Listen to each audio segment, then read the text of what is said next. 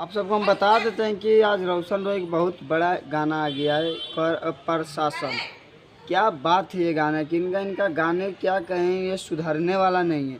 फिर इनका रोशन रॉय इंटरटेनमेंट पे गाना आया था, काफ़ी इनका भी व्यू जा रहा है, रिस्पॉन्स इस गाने को मिल रहा है। और ये रंगदारी गाना ला रहे हैं, लगन में सब अलग अलग तैयारी कर रहे हैं, सैड सॉन्ग का, रोमांटिक गाने का। बाकी रोशन रॉय बस रंगदारी रंगदारी रंगदारी रंगदारी में अभी उलझे हुए हैं। और इनका तो जेल आना जाना आजकल हो ही गया, घर के तरह, ससुराल की तरह। बाकी इनका एक सुपर हिट गाना नागिन तो तबाही मचा दिया था लगन में। होली के टाइम में इनका भोजपुरी के बात करें, महंगाई के बाद इनका ही बजा था, चाहे जैसे बजा, ऐड लगा के बजाएं, चाहे जैसे भी बजाएं। रोशन रॉय ओनली बजे थे। बाकी लगन आ रहा है, आशीष यादव, रोशन रॉय, गुंजन सिंह, अमिता सिंह, कौन बचता है आप सबको ये भी वीडियो बना के बताया जाएगा। बाकी बात नेक्स्ट वीडियो मिलता है, आप सब जरूर से जरूर गाना जाके सुनिए प्रशासन। और आप सब कमेंट में बताइएगा कैसा आप सबको गाना